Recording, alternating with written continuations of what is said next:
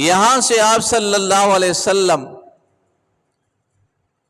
نکل کر چلے گئے تو صدیق اکبر رضی اللہ تعالیٰ عنہ کے گھر گئے ہیں۔ اور ایسا ہی ہے کہ جب بھی اس طرح کے مواقع ہیں تو پھر آپ صلی اللہ علیہ وسلم نظر آئیں گے تو ابوبکر صدیق رضی اللہ تعالیٰ عنہ کے ساتھ نظر آئیں گے۔ چنانچہ یہاں پر مشرکین نے جب دیکھا کہ آپ تو بستر پر نہیں ہیں، وہ دیکھتے رہے کہ اپنے بستر پر شاید آرام کر رہے ہیں، انہیں مغالطہ لگا کہ یہ بستر پر آرام کرنے والا نبی ہے، لیکن بستر میں آرام کرنے والا حضرت علی رضی اللہ تعالیٰ عنہ تھے۔ انہوں نے حضرت علی رضی اللہ تعالیٰ عنہ کو نبی سمجھ لیا، اور مشرکین کو یہ مغالطہ ہوتا رہتا ہے کہ وہ علی کو نبی سمجھتے رہتے ہیں۔ جب دیکھا کہ بستر پر تو نبی نہیں ہے، علی ہے، گھر میں تو حضرت علی آرام فرما رہے، اللہ کے نبی تو نہیں ہے، اب تعاقب کے لیے جائے تو کہاں جائے؟ تو مشرکین نے کہا اگر یہ اپنے گھر پہ نہیں ہے تو کہیں اور اگر مل سکتا ہے تو وہ ایک ہی گھر ہے، وہاں مل سکتا ہے، وہ گھر حضرت ابوبکر صدیق کا گھر ہے۔ مشرکین کو یہ بھی یقین تھا کہ اگر نبی اپنے گھر پہ نہیں ہے، اگر کہیں اور ملے گا تو ابوبکر کے گھر ملے گا۔ ابوبکر صدیق رضی اللہ تعالیٰ عنہ اور اللہ کے رسول علیہ السلام کے درمیان تعلق اور دوستی اور محبت اور یاری اس قدر مضبوط اور پکی کہ مشرکین بھی جانتے تھے اگر کہیں اور اللہ کے رسول ملے گا تو ابوبکر کے پاس ان کے گھر میں ملے گا، کہیں اور نہیں ملے گا۔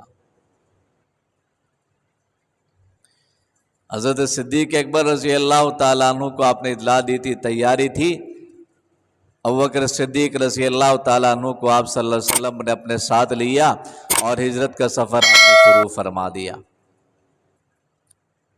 ادھر مشرکین ابو جہل اور ان کی ٹیم ابوبکر صدیق کے دروازے پہ پہنچے، دروازہ کھٹکھٹایا، آپ کی بیٹی حضرت اسماء رضی اللہ تعالی عنہا باہر آئی، ایک بیٹی ام المومنین حضرت عائشہ صدیقہ ہیں ابوبکر صدیق کی، جو ہمارے نبی صلی اللہ علیہ وسلم کے نکاح میں آئی تھی،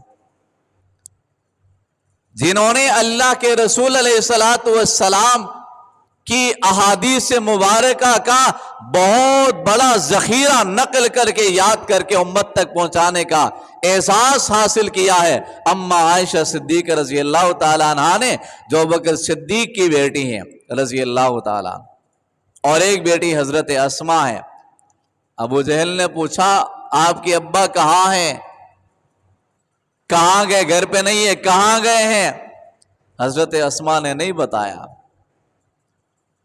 ابو جہل نے آپ کے منہ پہ زور سے تمانچہ مارا، لیکن قربان صدیق اکبر اور آپ کے گھرانے پر آپ کے گھر والوں نے بھی نبی کا راز فاش نہیں ہونے دیا، مشرکین کو نہیں بتایا کہ وہ کہاں گئے۔ اسی طرح سفر شروع ہوا، مشرکین نے تعاقب کرنا بھی شروع کر دیا، ان کو بھی پتہ چلا تھا کہ نکل کر کے ہی گئے ہیں، وہ بھی تعاقب میں، چونکہ انعام حاصل کرنے کی انہیں لالچ تھی کہ جو پکڑ لے اور اس کو قتل کر لے 100 اونٹ انعام میں دیں گے۔ اور اسی طرح سفر چل پڑا، سلسلہ شروع ہوا۔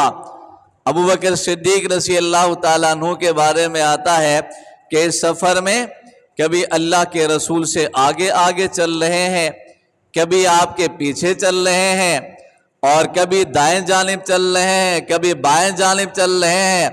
اللہ کے رسول علیہ السلام نے ابوبکر صدیق سے پوچھا کہ ابوبکر آخر ماجرا کیا ہے؟ کبھی آگے نکل جاتے ہو، کبھی دائیں طرف، کبھی بائیں طرف، کبھی پیچھے کی طرف۔